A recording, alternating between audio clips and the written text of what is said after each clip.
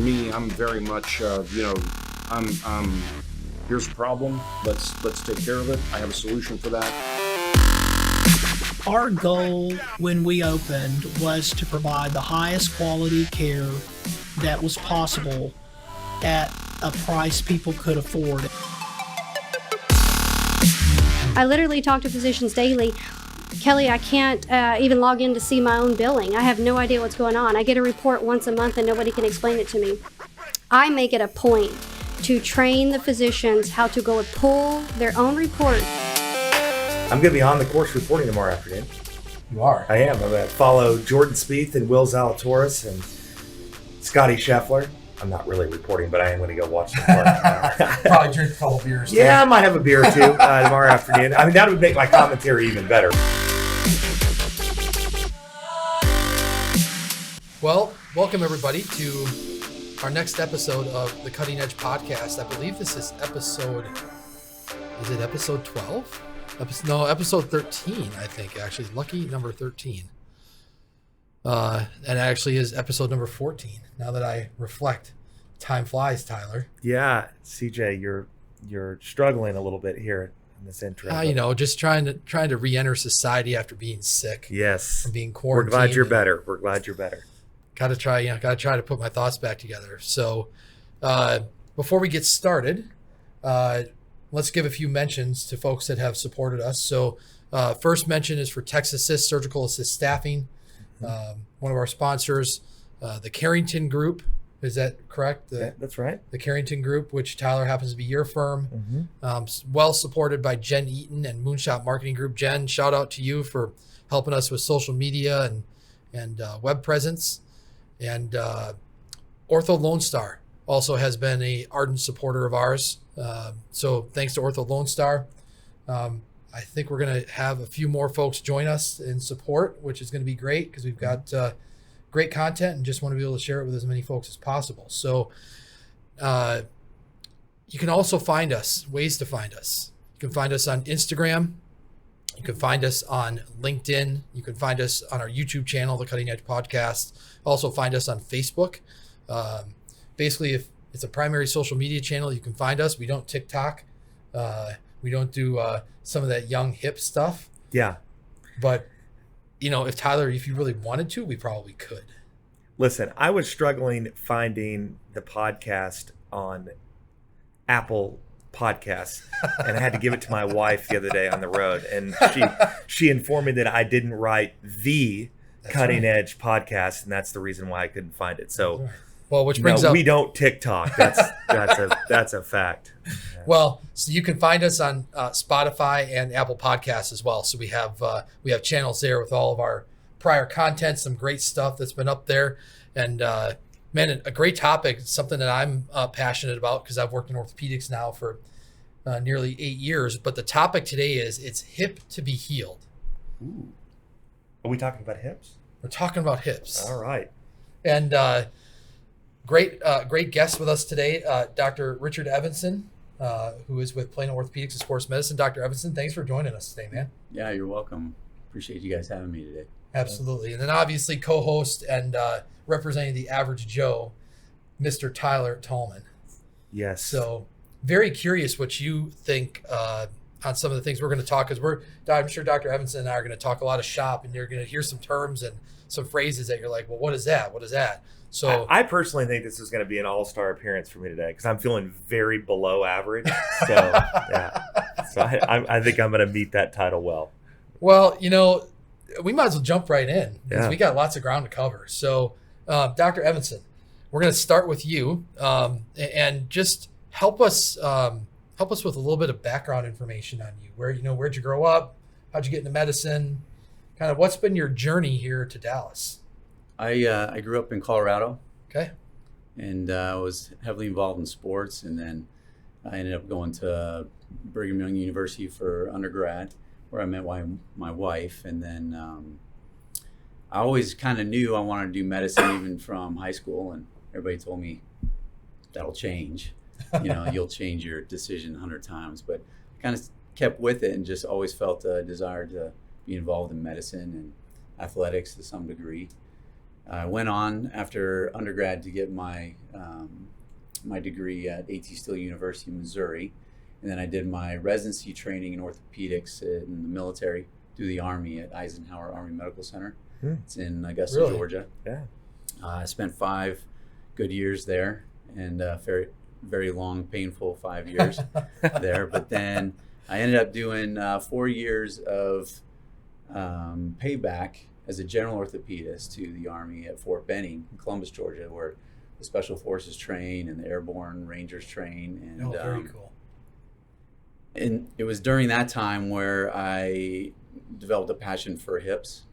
There was 7 other surgeons, and I enjoyed doing hips, so I kind of became the self-designated hip surgeon, and did more and more hip surgery, and just developed a passion for it. And then had to make plans as I got out of the Army and what I was going to do next. And I learned about a hip fellowship at Duke University.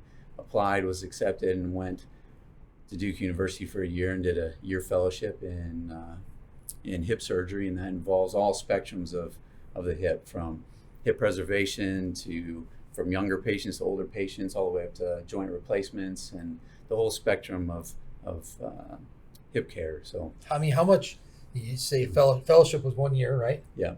So how much additional information did you really learn in that year? Like, is it like going from, elementary school to college, or, is it just the natural progression of another year of education? It was a natural progression of education. It was adding a whole nother year, but where we were specifically focusing on just the hip. And it was like drinking from a fire hose. I mean, it was a lot of information fast, and it was a fantastic year, probably my favorite year of all my training. Because it was your last? Yeah. I mean, That too, his. but, I have to tell you, his level of tenacity. I already know it's a way above average to be able to live in Augusta, Georgia, for 5 years. I mean, outside of the golf course, there's not much going on in Augusta, right? it's actually, Augusta's a great place. We really enjoy living there, and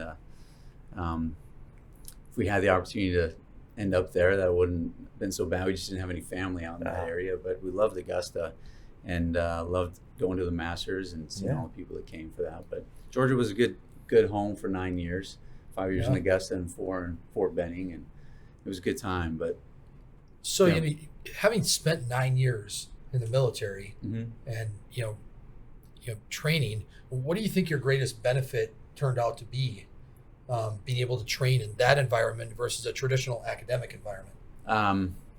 Great question. There's a lot of benefits to having trained in the military.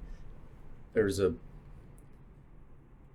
diverse background in both your surgical skills and the amount of trauma and various wounds that you see and treat. The education I received through the military was phenomenal, and I'd put it up against any education in the country. It was by far one of the best decisions that I had made to train through the military, and orthopedics in particular.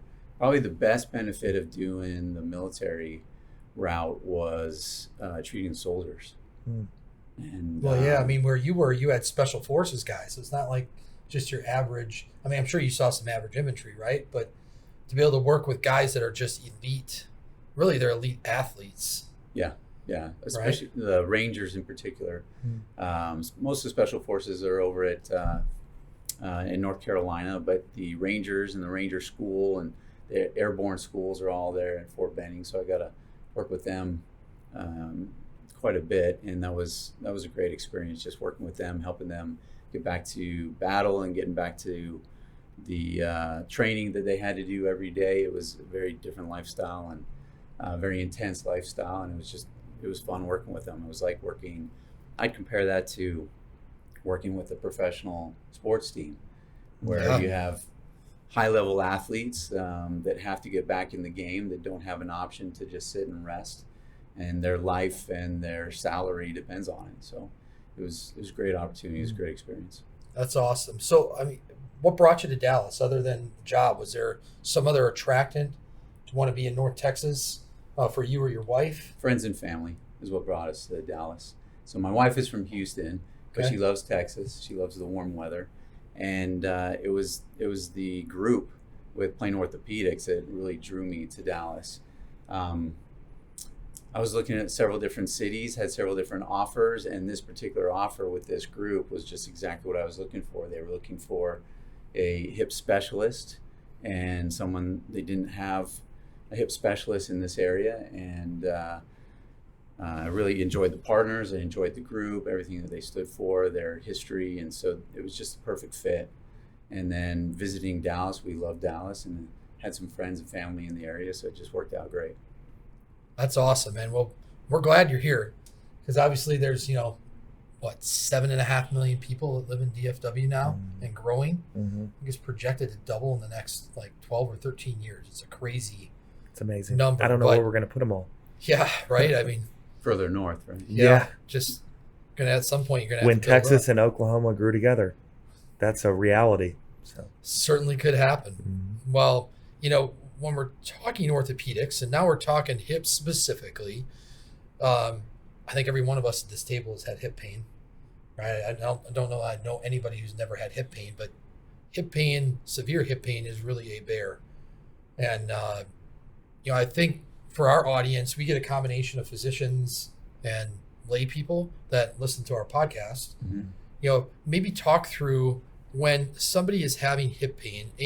At what point would you encourage somebody to go in and have an evaluation, and then start talking about treatment options?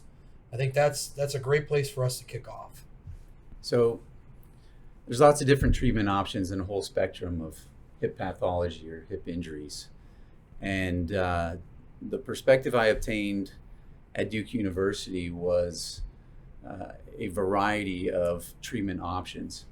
To answer your question initially, patients who have continued hip pain that is not resolving or is debilitating and keeping them from doing the activities that they want to do is a good enough reason to come and see someone to make sure there's not something major or serious going on. Quick evaluation could mean that you just need some physical therapy or perhaps an injection, or it may be something more serious like a fracture or necrosis of the head, of the femur, or something that requires surgery. Could be something more serious. So there's a whole spectrum of injuries as well as treatment options. But until you get evaluated, you may not know exactly what that is. So how often does physical therapy resolve? If you look at your patient population that you see, how often does physical therapy, or the most conservative treatment, resolve the issue? I would say a large majority of the time. Conservative care with physical therapy, anti-inflammatories, and the right type of physical therapy makes a huge difference and can So when you resolve say- probably the majority of injuries. So when you say the right kind of physical therapy, what do you mean? When you go to a physical therapist, there are types of activities that can make things worse, and you may not realize that they are actually making things worse. So if you're not with a trained professional, oftentimes I get a patient who says, well, I'll just go to the gym on my own. And they don't realize that there's a reason why these physical therapists are trained the way they are, because they know what activities you need to avoid and which muscle groups you need to work in order to get the maximum benefit out of therapy. So it's not just a routine to just send someone to physical therapy. We're sending you to physical therapy because we know that it's been proven to be very effective and will likely resolve your issue if it's done correctly. So by going to a trained specialist, someone who knows what they're doing, whether that be a particular type of physical therapy or a certain location or a certain specialist, those are the details that we're aware of. And so by coming to us and getting evaluated, we can send you point you in the right direction. How often do those do-it-yourselfers end up back in your office with a worse injury than they did before? Almost all the time. Yeah. All the time. Yep. Yeah. More often than not, I get them back in my office, I send them to a physical therapist, and then they just wish, hey man, I wish I just done this in the first place. Yeah. So, Or maybe it's not that they're trying to do physical therapy themselves. Maybe they don't do anything, and then they go back out with their regular daily life for the activity and keep straining it and cause a bigger injury. Yeah. Yeah. Yeah, I mean, how often does rest, just lay off what you're doing, help fix hip issues. I mean, is that a common way to get the resolution that the patient's looking for? Or I would say it can. Oftentimes, resting for a couple weeks or just taking some anti-inflammatories and maybe modifying your activities can help. I'd say more often than not, it's going to require more than just rest.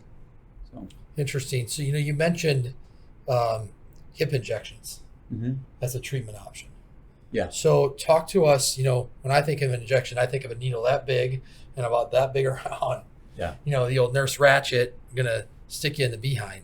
But Thanks. Thanks for the visual. You like that visual? Yeah, that was good. So, and when you're talking about a hip injection, maybe talk us through what's the details around that? So the traditional way of doing a hip injection is sending you to a surgery center or a hospital. And the newer way of doing it is a ultrasound guided injection in the clinic. Really? So there's 4 good reasons why you should avoid getting a hip injection in a surgery center or a hospital. And I myself am guilty of having done the same thing. I used to send patients to a surgery center or a hospital, let a radiologist do the injection under x-ray, and then the patients would come back and you try to get those results. It wasn't until my fellowship at Duke that I realized there's a much better way of doing it, and that is in your own clinic under ultrasound. The 4 main reasons why this is so much better is, 1, it's a huge inconvenience to go to a surgery center or a hospital. You got to schedule it, take out an entire day of your time, have a driver with you, and a lot of people don't have that amount of time to do a quick injection in the hip. Mm-hmm. The other reason why it's better to do it in the clinic is cost. Mm-hmm. Okay, you go to a surgery center or a hospital, and I know I'm not going to be very popular by saying a lot of these things, but The reality is, you go to a surgery center or hospital, that will charge your insurance anywhere between $4,000 to $6,000 for hip injection. You do an injection in the clinic, it costs $140. Oh my gosh! Wait a minute, hold on. Yes. $4,000 to $6,000 Yes. versus $140 or $50 or $60 in the clinic. Yeah. So there's multiple reasons or motivations why to do one way or the other, and my personal view is that it's not only better for the patient, better for insurance, but it's overall better for our healthcare system to do something as simple and easy as that in the clinic. So now you're wondering, okay, why doesn't everybody just do it in the clinic, right? Well, the difficulty with doing a hip injection is the depth, as you were mentioning, the length of the needle. Well, it is a long needle, and that can be intimidating to some patients. However, we've been doing injections in the shoulder and the knee for decades right there in the clinic, and it's really no different. Yep. The biggest difference is knowing the location. Because it's so deep, it's hard to make sure you're in the right spot. And so in order to make sure you're in the right spot, you have to have an x-ray or an ultrasound. Not everyone's trained in ultrasound. I never received any ultrasound training in my orthopedic residency. It wasn't until my Duke fellowship that I actually received specific training on how to use an ultrasound. And that's a skill that takes some time to learn and become efficient at. So in the clinic, I can use an ultrasound versus having to use radiation on a patient in a surgery center and use an x-ray in order to get it in, make sure I'm in the right spot. So there's a third reason why people should not have their injections at a surgery center or a hospital. Just come to the clinic. We can do it in literally 5 to 10 minutes. You do it right in the patient room, or do you have a procedure room? Or don't even need a procedure room. We just do it right there in the clinic in our regular room. Bring an ultrasound machine in. We lay the patient down, numb up the site. It literally takes about 2 minutes. Hurts no more than getting a vaccine. and it's pretty quick and easy. So the radiation is another reason why you should avoid that. So there's several reasons why this is a newer, more advanced method of treating hip pain. And the other reason, I mentioned there's 4 reasons, and I got caught up on the radiation. But the 4th reason is because you can use an injection for both therapeutic and diagnostic purposes. What I mean by that is hip pain can come from lots of different sources. It can come from the back. Okay? It can come from female organs. It can come from the tendons. It may just be tendonitis. It may not be in the actual ball and socket joint. So that is sometimes hard to diagnose. And that's what I actually enjoy about the hip, is the fact that it's challenging. It's hard to really know, is the source of your pain coming from your back or your hip or something else? And the best way to do that, more sensitive, more specific than an MRI or a physical exam or the history from the patient, is a diagnostic injection in the hip. So let me explain that, because this is important to understand. The hip joint, the ball and socket joint, is surrounded by a capsule. Think of it like a balloon that's like watertight, holds joint fluid inside, okay? Separates it from the rest of the hip muscles and everything else around the hip, okay?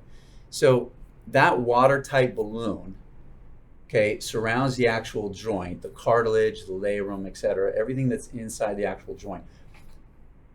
If we're unsure of whether or not the pain is coming from the hip or the back, all you have to do is a quick injection into the hip joint with an anesthetic. You put numbing medicine in the hip joint, and immediately they will either get relief or not get relief. So it's diagnostic. So if I put numbing medicine in your hip joint and I move your hip around, you're like, wow, my pain is completely gone, or it's numb.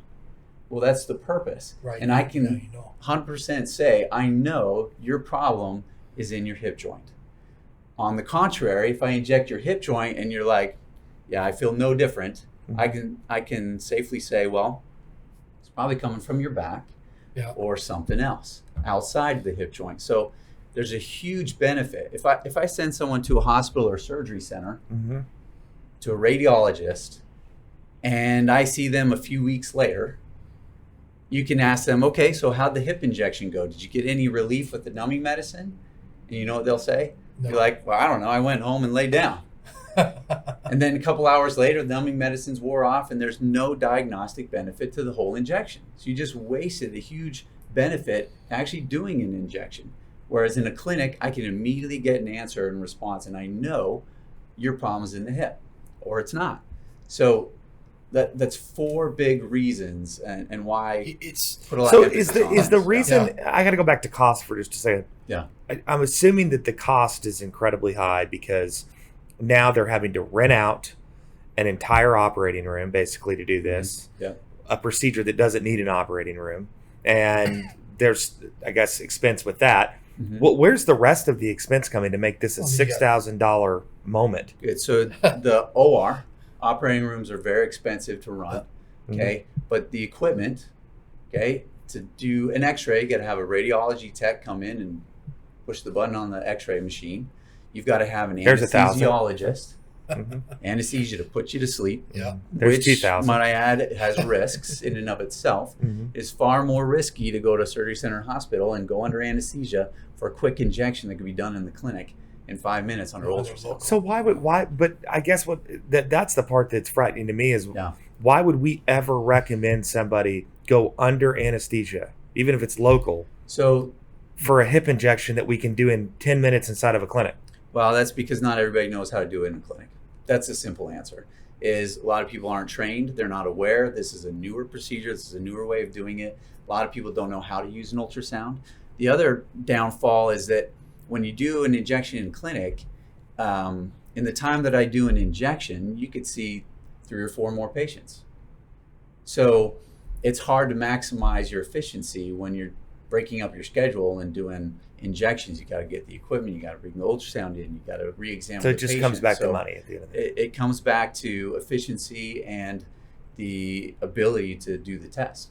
So I imagine as more surgeons adapt to doing injections under ultrasound, that'll be something that you've made some fans today, and you've made some enemies. And I'm not quite sure what bucket they all come from, but I know for sure you made fans of some of these big self-funded employers who might hear this, and they're going, well, we should have a specific benefit that just covers that 100% if it's done in the clinic. But the other thing that I consider here is everybody a candidate to have it done under ultrasound in the clinic? Or are there candidates that you do want to take them to the surgery center for their injection? So morbidly obese patients are obviously a lot harder to do an injection for. You would need an extra long needle. Their pannus can sometimes get in the way when you're doing an injection in the hip. You're doing it through the front, okay? So obviously if they're a larger person, that's a lot harder to do, and those particular patients may require to go to a hospital or surgery center.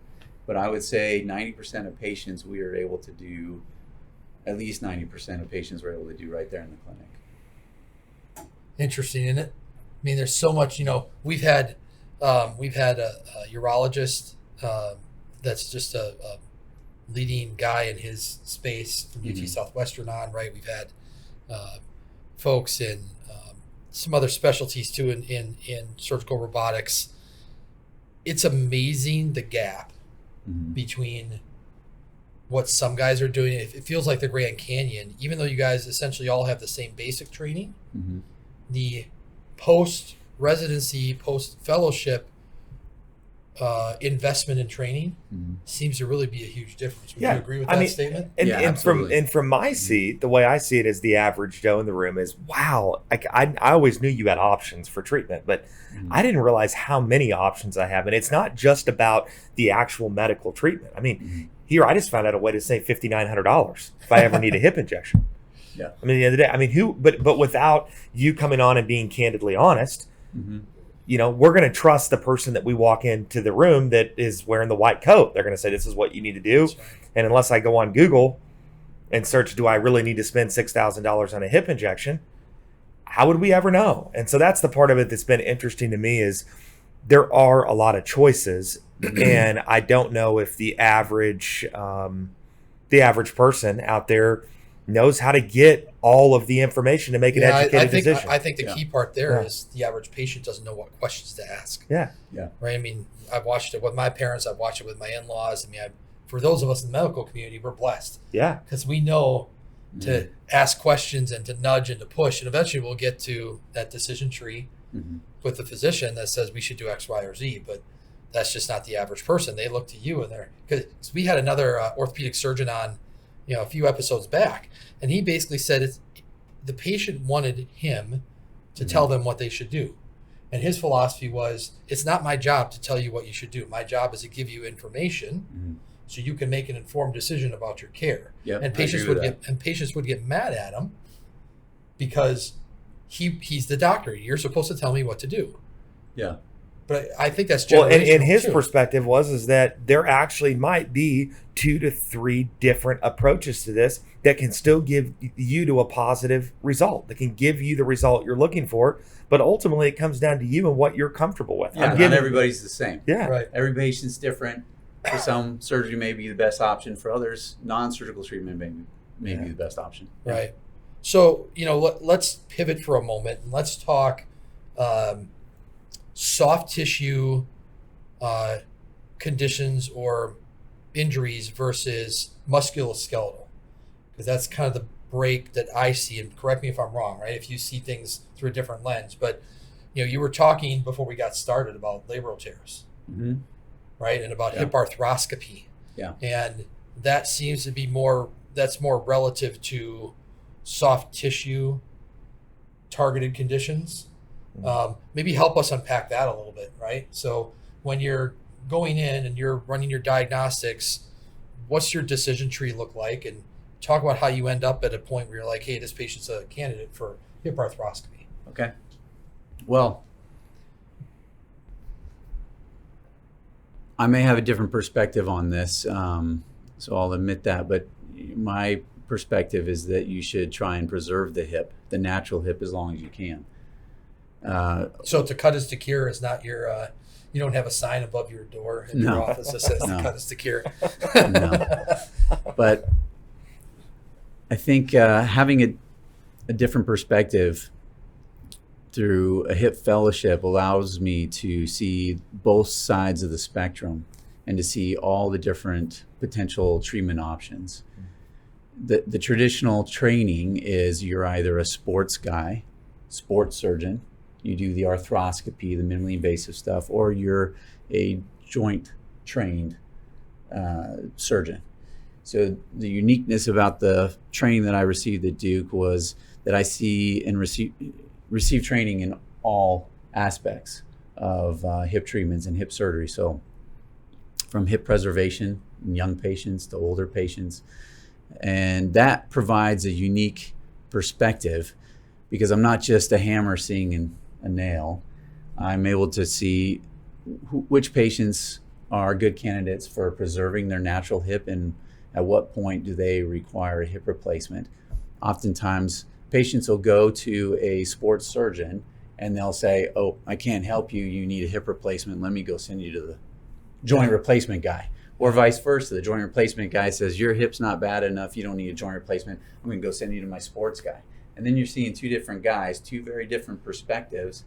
And surprisingly enough, you may have that patient go to the sports guy and be like, no, you need a joint replacement. And the joint replacement guy says, well, Oh, no. but the joint replacement guy said, no, I don't need a joint replacement. So, you're stuck in the middle. What am I supposed to do? And that's because you're seeing things from two different lenses. So if you're able to see it through a single lens and you see the whole spectrum of treatment options, it's a much better situation for the patient. And I think you can provide better care for the patient. I know I kind of went off a little tangent from your question, but I think that's important to understand for sure where I'm coming from.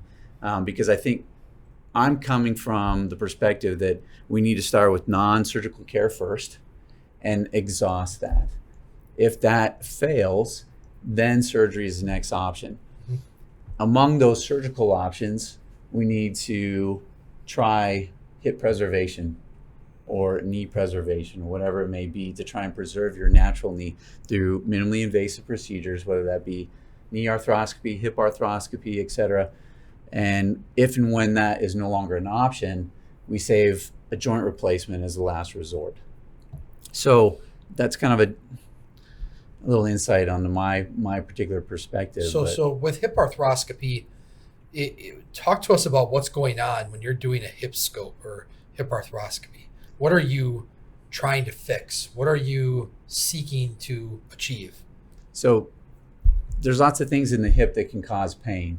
Either a loss of cartilage, which is arthritis. Arthritis is nothing more than inflammatory disease that causes the loss of cartilage, okay? And once you lose that padding on the end of your bones, that bone rubs and that causes pain. That's one source of pain. Another source of pain is the labrum. The labrum is a piece of tissue that goes around the socket, okay? It's an extra piece of cartilage. Think of it like a car tire that goes around the rim of the acetabulum and helps hold that head into place.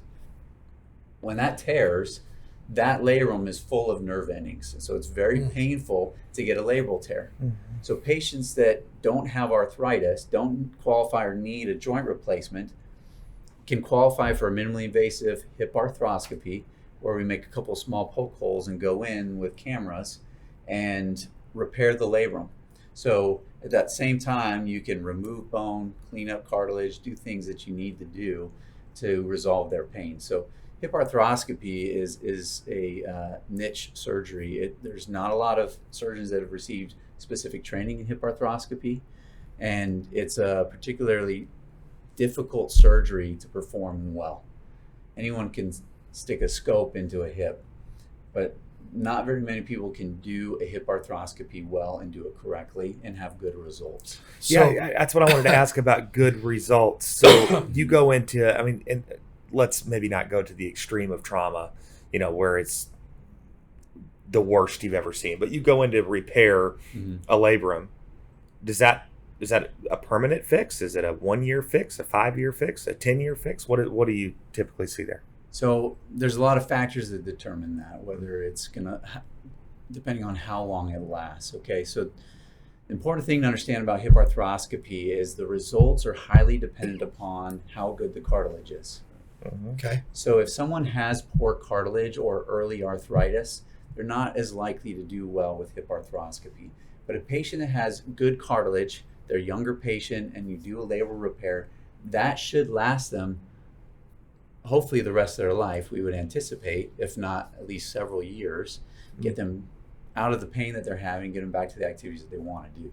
Okay. But it Well, so you know, depends. you made a comment about not everybody is trained or well trained to do hip arthroscopy, and I have this flash in my head to a Saturday morning in a hotel conference room, and there's 6 guys sitting around the table, and they're playing with a simulator, and they come out of there 2 days later, and the rep says, "Oh yeah, you're ready to go." Yeah. You know, versus what you went through. You know, maybe talk to our audience about just how much experience you have in hip arthroscopy, because I think it's one of the reasons I wanted you on the show is that you have an extensive amount of experience. So I did a lot of hip arthroscopy in the military and had been doing it for years, and got a lot of experience because I was the only one doing hip arthroscopy at Fort Benning, and felt like I was pretty good. Okay. I felt like I had kind of mastered that skill and thought I was pretty good at it, and I was doing about 50 or so a year, which is a good number for hip arthroscopy, or so I thought. And it wasn't until I went to Duke University and shadowed a guy named Chad Mather who showed me how to do hip arthroscopy at a whole new level. And when I saw his skill level, I quickly realized there's a whole nother level of expertise in this and artistry in this particular procedure that I wasn't even aware of.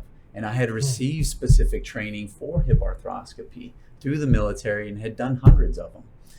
And yet when I went and saw him, I realized that's who I want to be. That's what I want to do. I think it's interesting that he uses the term artistry. Yeah, it's an art. It is an art, believe it or not. Takes a lot of practice and takes a lot of repetition. Yeah. Hip arthroscopy is not like a knee arthroscopy or a lot of these simpler procedures in orthopedics that we do lots of. It's a procedure that requires a lot of repetition, has a high failure rate if it's not done correctly. And I was fortunate to go back to fellowship and get to that level and learn how to make it even better. Do you have an estimate about how many hip arthroscopies you've done now in your career at this point? Yeah, well over 1,000. Just wow. Yeah, over the last few years. You're a young guy too. I mean, you've only been in private practice for how many years? This is my 3rd year out of the military, so right. my 8th year of practice. Yeah, 8th year of practice. I mean, that's on the spectrum of career scope. I mean, you could potentially do tens of thousands of these if that became if you decided that's what you wanted to do. But I mean, where does that rank in, and maybe you know this answer, maybe you don't, but where does that rank in North Texas or Texas relative to your peer group of having done well over 1,000 of these hip scopes? Does that put you in the top 1%? Is that, middle of the road? it's probably, I'm guessing, Yeah. probably top 5% perhaps. And Is that more so because it's not for everybody, that it's really there's a specific set of conditions that a patient needs to meet to be able to be eligible for that procedure, and that's just not a big part of most orthopedic surgery practices. right, and there's not as many orthopedic surgeons that do that particular procedure. So you mentioned earlier, like, patients don't necessarily know what questions to ask. Yeah. One of the biggest, probably most important question to ask your surgeon is, how many of these have you done in the last year? Okay, key phrase. You don't want the guy who's done maybe a couple hundred, but the last one he did was 5 years ago. Yeah. No kidding, You want right? the guy who's been doing a couple hundred a year and did over 100 or so last year Yeah. of this particular I wanna procedure. go I mean, Yeah. that's such a great point, and that's no Yeah. different than anything. It doesn't matter what skill, Right. whether it's in business Yeah. or it's in sports. Mhm. I mean, CJ wouldn't want. Well, he doesn't really ever want me to be his golf partner. But if we're going to play competitive golf together, he's hoping I'm playing more than once a month. Yeah. I mean, Yeah. Yeah, I don't want to. to. I don't want to go see the golf pro that's given 5 lessons in the last year. I Yeah. want to go see the golf pro that's given 2,000 lessons Yes. in the last year. 100%. Right? Exactly. And That's a great point. Hopefully people are hearing that because Yeah. And there's no shame Mm-mm. in walking into a physician's office and asking that question, and you don't get the answer you're looking for, and you're like, look, I would just like a referral to somebody that just has a little bit more expertise. You don't have to tear the surgeon down, but I think there's a way as a patient to be able to say, I just prefer somebody with more experience. Who would you recommend? Mhm. And maybe the Yeah. physician gets pissed off and walks out and says, I'm not going to help you, but I don't think Or that's ask for a most. second opinion. Yeah. Just say, I'd like to get a Exact- second there you go. opinion. You don't even have to tell them. Just say, Yeah. like to go get a second opinion, and seek out somebody who has specific training in that particular surgery and has done a lot of them. Yeah. No harm in looking for a second surgeon. You know what they say? If your surgeon says don't get a second opinion, that's When you when should you get need a to go second opinion. Yeah. Well, that's interesting. I mean, now we're going to progress to the most invasive kind of end of the line treatment, which is joint replacement, hip Mhm. replacement. Mhm. Right? I think hip replacement has changed a lot Yeah. in the last 10 years, call it. Okay. Maybe talk to our audience about where things are at with hip replacement these days. What's the approach? Who does it benefit? We take people through that process. So a more traditional approach to doing hip replacement would be the posterior or lateral approach. Okay, And posterior being posterior back. being or- in the back. okay. So this is how I was originally trained and did it for a number of years through the military. And it wasn't until I learned how to do the anterior approach I realized how much better it is. Now, The anterior approach meaning through the front. through the front, Okay. yes. So a few benefits and reasons why I transitioned years ago to the anterior approach from the posterior approach was one, when you do a posterior approach, you have to cut through muscle.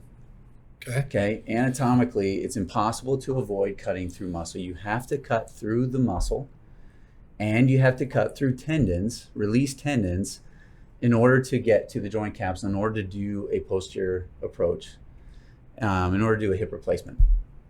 The problem with that is it's a harder recovery. You're relying on the soft tissues to heal. Mhm. You have to repair those tendons and hope that they heal, and they don't always heal.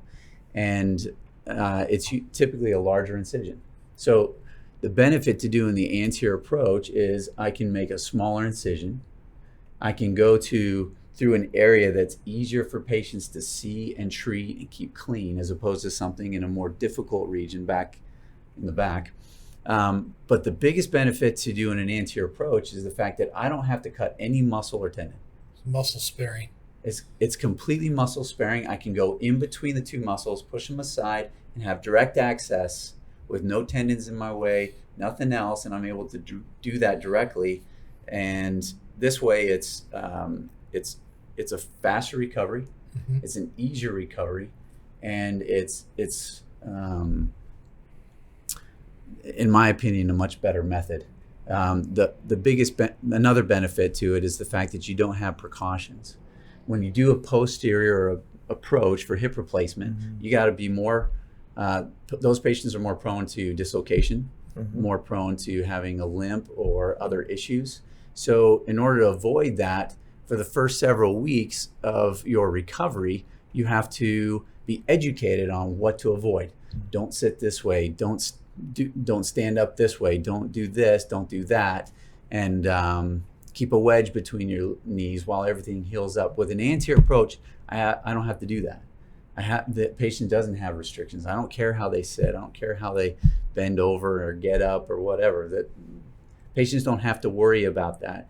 And Sounds that's a lot big easier I was to gonna say, it's clearly the easiest way to go. Yeah, So. no kidding. Well, so the counter argument is that the research that's currently out will show you, and it's only fair that I mention this, it's the research will show you that at 1 year, the outcomes are about the same. So Okay. here's my take on that research that other surgeons will refer to.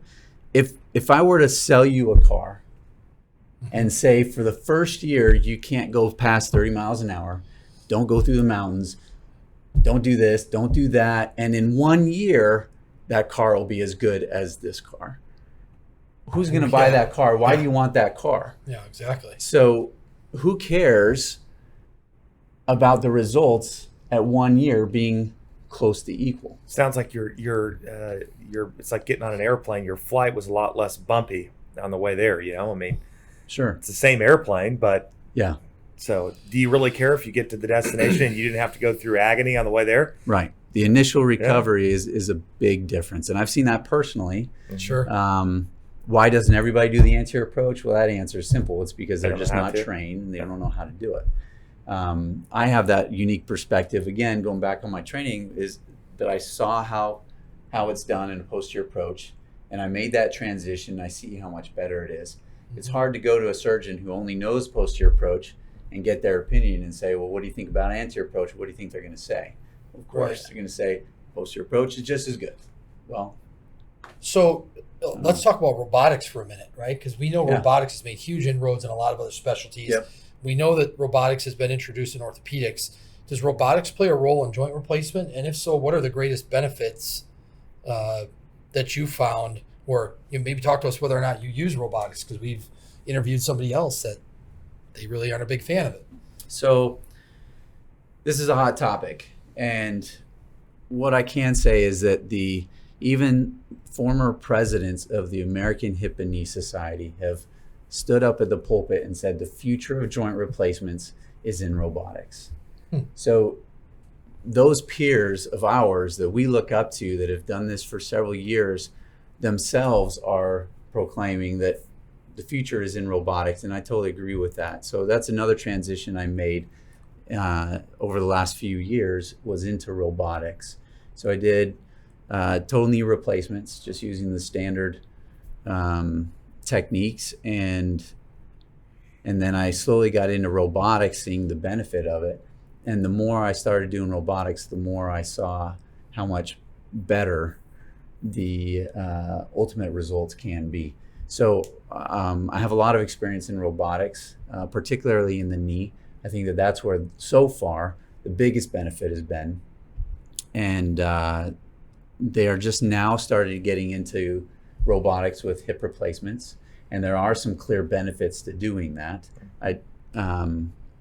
So when you're talking about there being benefits, and it seems to be a superior option, is it because of how you're cutting bone, or is it the machine cutting the bone, or is it, tell me, cut here, not here? Is it, the actual placement of the implant? I mean, what role does robotics play in joint replacement at this point? So the huge benefit to robotics is the precision. And let's take a knee replacement, for example, since that is where it's made the most progress so far. It's yet to come in advancement of hips, and we're just kind of getting there with hip replacements. But for a total knee replacement, and this may be a shock, but this is true data has demonstrated that total knee replacement outcomes only have 80% good to excellent outcomes, meaning that 20% of patients that have a perfectly done knee by the best surgeon in the country is not satisfied. 20% of a total knee replacement, those patients in a perfectly done knee are not happy. So only an 80% success rate is not that good, especially when you compare it to a hip replacement. Hip replacements in the upper 90s, probably anywhere between, depending on the literature, you read 96 and 98% success rate with hip replacements. Okay, so we are not there yet with knee replacements. And one of the reasons we believe is because of the accuracy of the procedure itself. Every knee is so different, just like every patient is so different. And the trick to a good total knee replacement is balancing the ligaments. Those ligaments around the knee we maintain, we keep those. So all we're replacing is the cartilage and replacing it with metal. But if those ligaments aren't perfectly balanced because your cut is off 2 or 3 degrees, you're going to have a loose knee. You're not going to be happy with it. So that's where a huge benefit comes into play through robotics. It's more precise, it's far more accurate, and you can tailor that joint replacement to that patient. You see, the standard way of doing knee replacement is you'll throw a jig. We call it a jig, or a measuring guide, okay? So you're gonna take that measuring guide and you're gonna put it on there and you're gonna look at it and you're gonna say, that's 5 degrees right there. Okay, nail it in place, make your cuts, it's about 5 degrees. And then you're gonna put your implants in, and then you're gonna look at the knee and you're gonna balance it and say, oh wow, it's really loose on this side. Okay, well, I'll just adjust this and I'll cut this ligament to stretch it out, and then, okay, now it's even. Well, the benefit to doing it robotically is that you can know exactly how and where to put that implant, at what precise degree, and know exactly how much bone to remove before you even do it. So the robot can tell you that and give you that information. And then when you're doing it, now, for those that aren't familiar with robotics in joint replacements, I'm still doing the surgery, but it's a robot that's doing the measurements and making the calculations and making sure that all my cuts are precise to 0.1 millimeters. So the degrees and the precision is so far more accurate than what we can see with our own human eyes. That's the benefit. I can put the implant where I want and know that it's perfectly placed before I even make a cut. So how many robotic surgeries have you done? Hundreds. Yeah. Yeah, been doing it. I do all my knee replacements robotically. I have done for the last 3 years, and then with I do some hip replacements robotically, just depending on the particular patient and the indication. Some patients need that additional measurement to be more precise, and others were able to get just as precise and accurate without the robotics. So Interesting. Yeah. You know, this has been a hell of an education. In Maybe the best we've had so far. It's really good. Pretty darn good, right? I mean, now I understand why there's 9 years of, post undergraduate education plus, I mean, 9, 10, 11, 12, however many years it is. yeah. To get to a point where you can basically say, hey, I can do this on my own. I mean, that, and then you're a freshie and you got to build from there. But I mean, this has been awesome. Like I didn't really understand, and I can only speak for myself, but I didn't understand just how valuable a tool hip arthroscopy could be.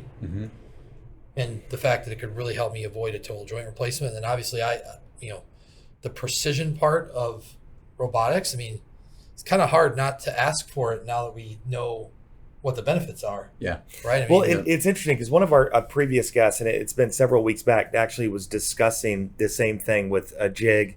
And I thought to myself the whole time, I said, this is it almost feels archaic. Yeah.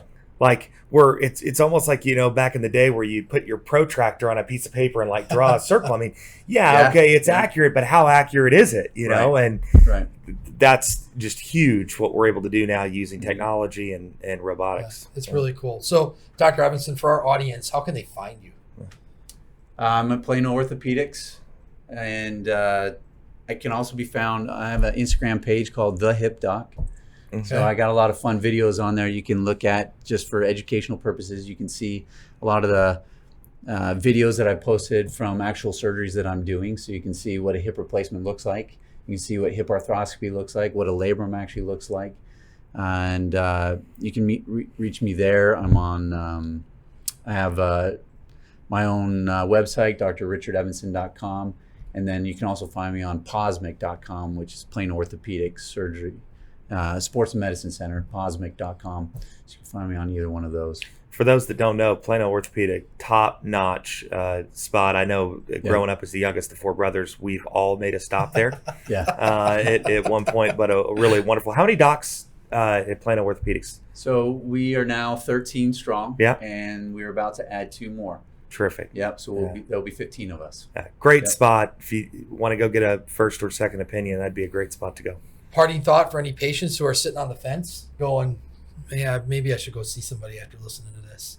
Well, the big benefit to plain orthopedics is we have a specialist for each particular body part. So you don't have a shoulder surgeon doing hip replacement. You don't have a surgeon doing hand surgery 1 minute and then a foot and ankle surgery next minute. They are experts in their particular field, and that's what drew me to this group. Is I could focus on hip.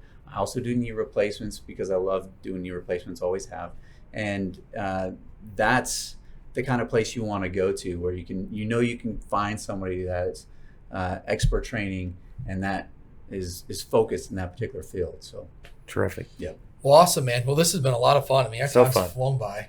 Thanks.